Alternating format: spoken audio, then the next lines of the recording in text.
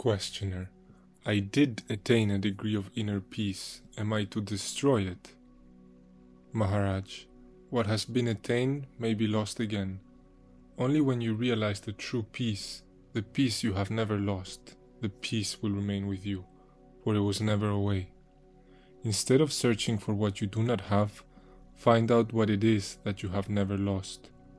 That which is there before the beginning and after the ending of everything, that to which there is no birth, nor death, that immovable state which is not affected by the birth and death of a body or a mind, that state you must perceive. Questioner: what are the means to such perception? Maharaj: in life nothing can be had without overcoming obstacles. The obstacles to the clear perception of one's true being are desire for pleasure and fear of pain.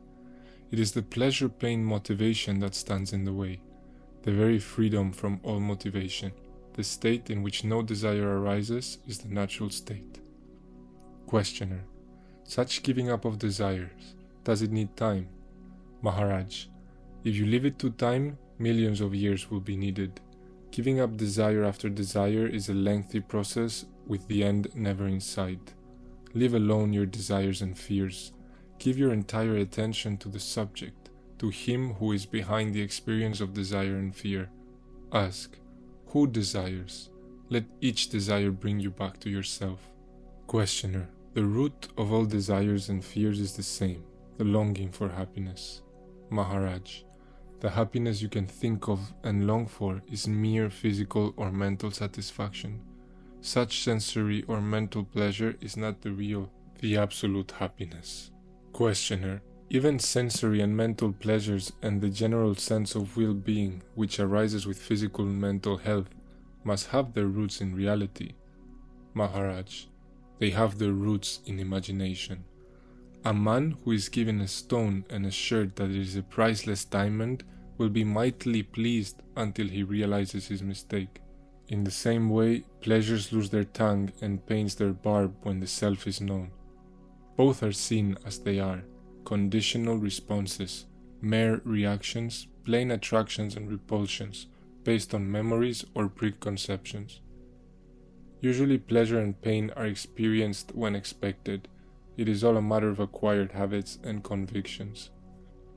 Questioner: well, pleasure may be imaginary, but pain is real. Maharaj: pain and pleasure go always together. Freedom from one means freedom from both. If you do not care for pleasure, you will not be afraid of pain. But there is happiness which is neither, which is completely beyond. The happiness you know is describable and measurable. It is objective, so to say. But the objective cannot be your own. It would be a grievous mistake to identify yourself with something external. This churning up of levels leads nowhere. Reality is beyond the subjective and objective, beyond all levels, beyond every distinction. Most definitely it is not their origin, source or root.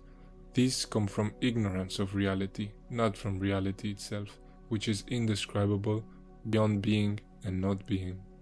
Questioner: many teachers I have followed and studied many doctrines, yet none gave me what I wanted. Maharaj: the desire to find the self will be surely fulfilled, provided you want nothing else.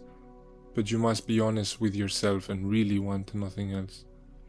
If in the meantime you want many other things and are engaged in their pursuit, your main purpose may be delayed until you grow wiser and cease being torn between contradictory urges. Go within, without swerving, without ever looking outward. Questioner: but my desires and fears are still there. Maharaj: where are they but in your memory? Realize that the root is an expectation born of memory and they will cease to obsess you.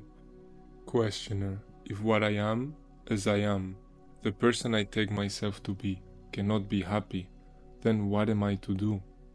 Maharaj: you can only cease to be as you seem to be now. There is nothing cruel in what I say. To wake up a man from a nightmare is compassion. You came here because you are in pain, and all I say is, wake up, know yourself, be yourself.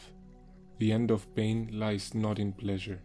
When you realize that you are beyond both pain and pleasure, aloof and unassailable, then the pursuit of happiness ceases and the resultant sorrow too. For pain aims at pleasure and pleasure ends in pain, relentlessly.